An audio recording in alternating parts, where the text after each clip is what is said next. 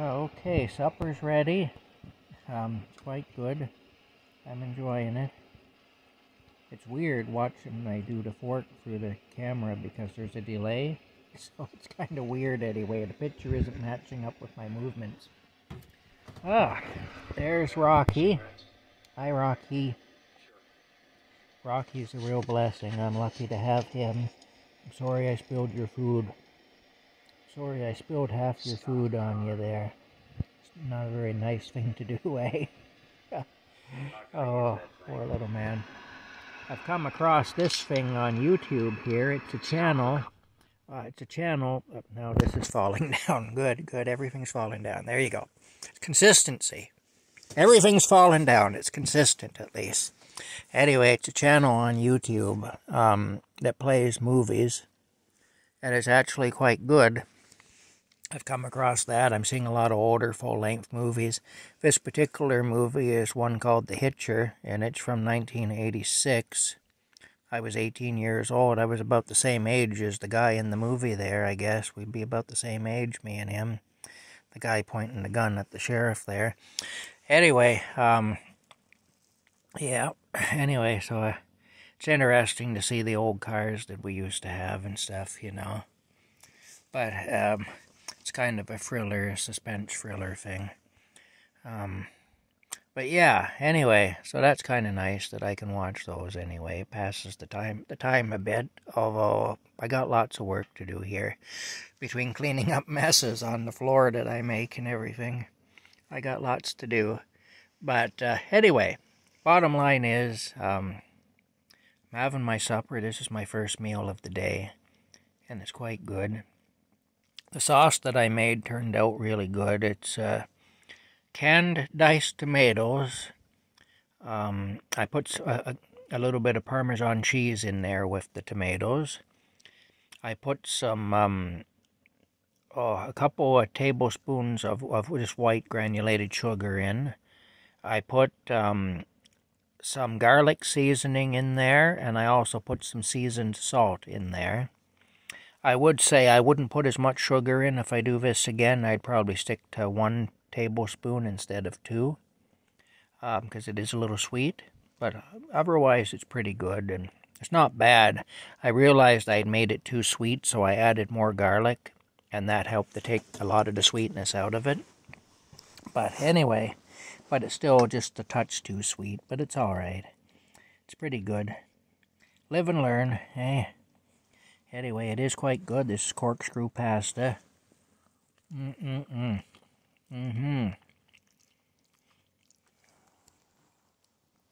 It's amazing what you can do just with what you have laying around in the cupboard. Anyway, the story I was telling about my truck.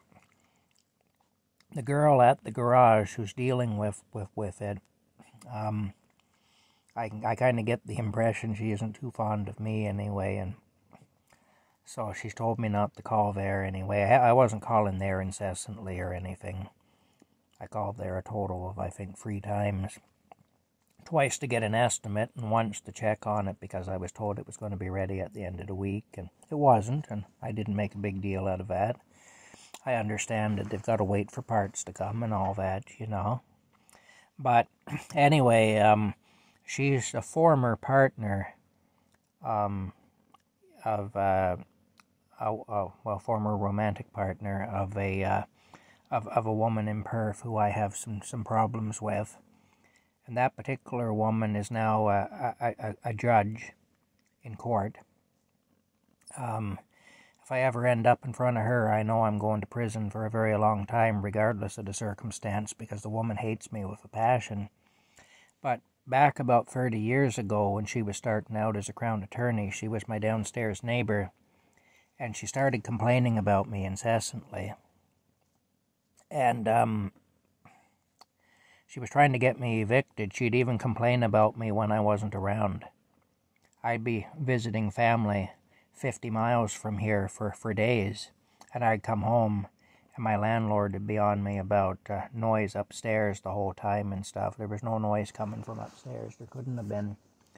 But it wasn't there. I used to tell him that. I used to say, well, I must have been noisy for her to hear me from 50 miles away.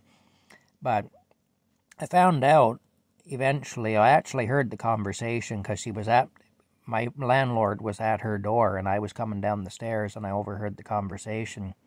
She was complaining about me yet again, and my landlord said, well, I guess I'm going to have to ask Tom to leave if if he's not able to behave himself.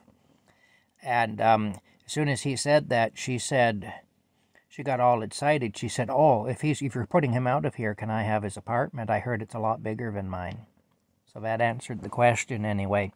To my landlord's credit, as bad as he was, that particular time, he saw through the bullshit. Right away, he seemed to know, and he told her, no, you can't, and I never heard any more about it. She eventually moved out. I think she bought a house. But anyway, after that, every time she'd see me out in public, she'd call the police on me. And of course, being a Crown attorney, she gets good service from the police. She'd make out like she was terrified of me, and she'd call the police on me.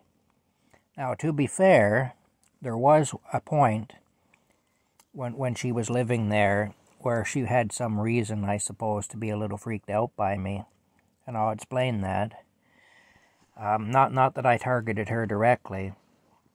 But what had happened was, back in 1989, I had a run-in with one of the local punks on the street. I came out of the building, same building. I was getting into my car. I had a 1979 Buick LeSabre Limited sedan at the time. I was getting into my car, and this guy confronted me. And he said, I'm going to beat the hell out of you because you punched so-and-so who's in a wheelchair in the face. I didn't know what he was talking about, and I told him so. And I said, I don't go around punching people in wheelchairs. I was bigger than he was, and I was pretty tough, you know. When I was a young man, I was kind of a tough outfit. And I didn't like that. That's not something I would ever do, and I told him that. And I said, I'm really not happy to have that accusation made against me. And I said, if you try to beat the hell out of me for something I didn't do, I'll break you in two. And he got scared. He backed down, and I didn't have any trouble with him. For 2 or 3 years, I had no trouble with him. Then in the early 90s, I was quite sick. I nearly died. And then he saw his opportunity. I was weak as a kitten. And he would attack me on the street. He sucker punched me one time on the street. He met me on the street and punched me in the side of the head, knocked me right out to the yellow line in the center of the street. So I stumbled and was able to stop myself at the yellow line. This went on anyway for several months. It got to the point where I was afraid to go downstairs and move my car because he used to sit on the bench in front of my building and wait for me to come out so he could attack me. And anyway, it ended up that I got parking tickets because I was afraid to go outside. And my car would be sitting there, and the guys would come, the commissionaires would come and put tickets on my car. Ended up that I armed myself with a sharpened screwdriver. And, you know, one day I came out and he was there and he got up in my face. And I pulled the screwdriver on him. And he took a lunge at me. And I brought the screwdriver down across his throat. And I basically drew blood. I didn't cut his throat real deep, but I drew blood. And that freaked him out. And then I had no more problems with him. He had a friend sitting on the bench with him when I came out, and he got up off the bench. The friend tried to tell me there was a cop down the street when I pulled the screwdriver. I didn't care. I was just focused on the asshole in front of me, you know. Anyway, so that freaked everybody out. But this girl, the Crown attorney, she was a witness to that. She saw that happen on the street anyway.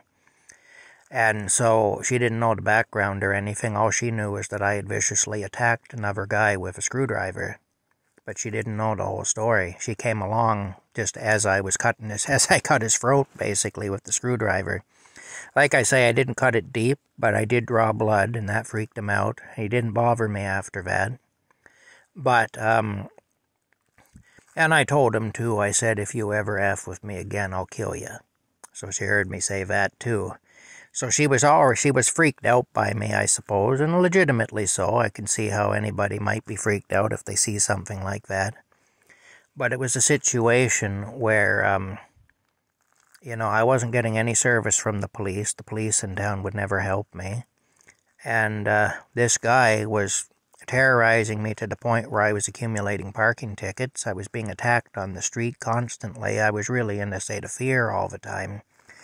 So I did what I had to do, and I don't regret what I did.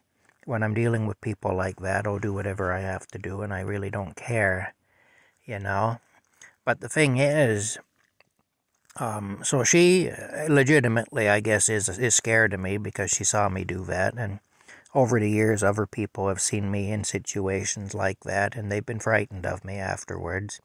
A lot of people who didn't think I had it in me to harm anybody ended up being really terrified of me when they saw me in a confrontation situation.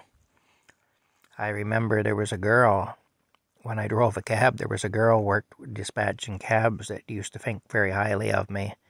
And one day she saw me in a fist fight with another guy in the gas station lot there where we used to work out of. And she didn't think very highly of me after that. The guy was spraying air freshener in my face and laughing, and I went after him anyway, and I had the pneumonia at the time. I was quite sick, and he started spraying this Dustbane Air Control, it was called, a really strong commercial grade air freshener in my face. And at first I was just trying to get the bottle off him, but once the physical confrontation started, I tried to physically take the bottle. And it ended up in a fist fight. And he was winning at first. He was beating me real bad. But I got lucky the way things worked out, and this can happen in a fight. Tables can turn on you very quickly in a street fight. And the tables turned in my favor, and once they did, I showed him no mercy. And anyway, she saw that, and wanted no more to do with me after that anyway.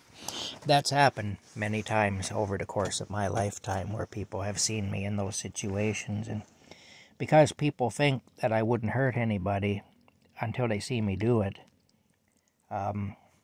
they're kind of harder on me than they would be on somebody who they wouldn't put it past to do something like that. When you disillusion a person, when a person's built you up to be better than you are and you disillusion them, that's a pretty tough thing to take. It's hard for people to take that, and they'll hold it against you, that you did that to them. Even though I don't misrepresent myself, in their mind, they'll feel like I have, So all of that to say, the girl who is handling my truck situation, she's, I think, a former, well, she either is, I don't know if they're still together or not. I don't really think they are, but I don't know for certain. But she's a former girlfriend of the Crown Attorney, now judge, who tried to get me evicted. But anyway, for many years, anytime that woman saw me around town, the Crown Attorney, now judge, she'd call the police on me and I'd be harassed. So, that's how it goes. But anyway, it's one of the reasons I left Perth. It's not the only reason, but there's a bunch of reasons. But anytime I have dealings in Perth, it seems that there's always somebody involved that things get screwed up. That's all. I'm not liked in Perth, and that's just how it is. But yeah. Anyway, the owners of the garage are friends of mine, and they're good. I have no issues with them. I don't even really have an issue with the girl who's handling the situation for them. Their employee. Other than the fact that I didn't like being told not to call there anymore. The more I think about that, the more angry I get about it. I was kind of taken aback when she said that at the time, and I was actually kind of apologetic to her. But looking back on it, no, that wasn't professional of her. She doesn't have to like me. I had jobs where I had to deal with the public, and I sometimes had to deal with people I didn't like, and I sometimes had to serve people I didn't like.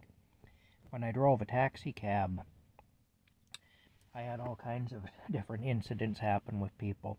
There was only one person that I ever denied service to, And what had happened there is the guy had held a hunting knife to my throat from the back seat, threatened to slice my throat open with a hunting knife. Some might say that's poetic justice for me doing what I did to the bully on the street or whatever, I don't know, but although I hadn't done that yet, that was prior to that incident. But anyway, he had held a hunting knife to my throat and threatened to cut my throat. And after that, I would never pick him up. And in fact, one time, I didn't know it was him that had called, and I got called way up to the village of Lanark to pick somebody up. I saw him come out of the house and start walking toward the car, and I took off. And it wasn't long before I'm getting a radio call on the old Motorola radio we had back then in the cars from dispatch, wanting to know what I thought I was doing. And I told the girl, I said, well, that's the fella with the knife, and I don't deal with him. And she said, well, he's making threats. He said he's going to come in here and he's going to kill me and he's going to kill you too. Anyway, they ended up stationing an OPP officer in a patrol car at the gas station for the day to protect that girl, because they took him seriously. He was a guy who would do what he said he'd do, you know. And they were afraid he'd come there and hurt her or kill her. So they had an OPP car sit in the yard to protect her, you know, until she finished her shift. But, yeah, pretty scary stuff anyway. I've dealt with some pretty serious people over the years. Never wanted to. I really never wanted all the drama that came my way. But it did, and when it did, I dealt with it. I don't know if I always dealt with it right. I probably haven't. But I dealt with it as best I could. You know. And I dealt with it with limited resources, and I dealt with it alone because there was nobody coming to help me. So I did what I had to do anyway, and yeah, like I say, I admit maybe it wasn't always the right thing, but it was the only thing as far as I knew at the time, you know. And in some cases I look back and I still say, well, I don't know how else I could have dealt with that, you know. Anyway, that's it. On the positive note, I've got my friend Rocky here with me. I'm here in this camp until spring. I'm gradually figuring out what I'm going to do. I'm trying to make some plans. I don't know exactly what I'm going to do yet, but we'll see. And I do own a truck. Hopefully my truck will be on the road soon. I kind of need it to be. The weather's kind of miserable to be walking into town all the time pushing a wheelbarrow. So I hope that it will be, but on the flip side of it, it's miserable to have to do that, but if I have to, I can. There's a lot of people who aren't in enough good enough shape that they could do that, so I'm at least fortunate that if I have to do that, I can do it, you know. Anyway, that's it for now. I'm going to eat my dinner before it gets cold. Rocky's having a post-dinner sleep. Like I say, he doesn't have as much dinner in him as he had. He doesn't have as much dinner in him as he'd normally have, because I spilled most of it on the floor and on my shoes and everything, but still, he did have a bit of a feast. And one thing about Rocky, he's always grateful. Whatever he gets, he appreciates. So, that's it. He's good at making the most of a bad situation. Alrighty, that's it for now. We'll talk to you later.